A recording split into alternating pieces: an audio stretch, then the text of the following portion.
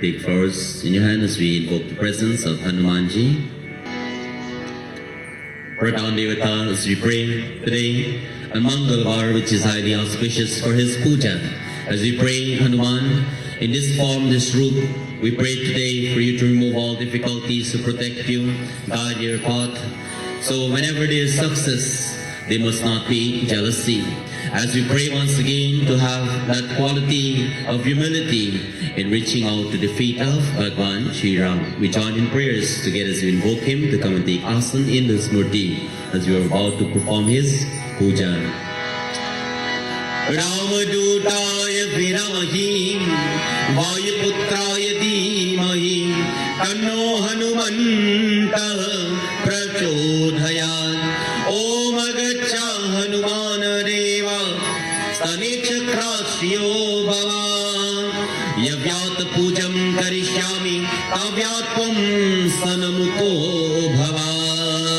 Om Anjani Nandana Viram Janaki Sloka Nashanam Kapisham Akshaya Hantaram Vande Lanka Bhayankaram Sarva Kalyana Dhataram Sarva Padhagana Vinakam Apara Karuna Murti Anjaniyam Namayaham. Om Kapirupam Bhalam Bhadram Sarva Raksha Samandanam Avaham Mahaviram Sarva Siddhi Prayakayam. Om Ramyam Sushobharam Divyam Sarva Saukyakaram Shivam Asram Chamaya Datam Grihanam Parameshwara. Om Shri Pavan Putra Hanumanaya Bhyo Namo Namah.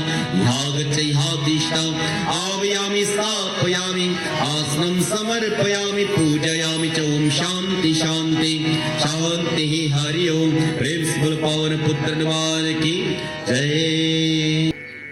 Om Ganga Saraswati Riva Krishni Narmada Jai Sapitwasti Maya Riva Tata Shantim Prayakshame. Milk.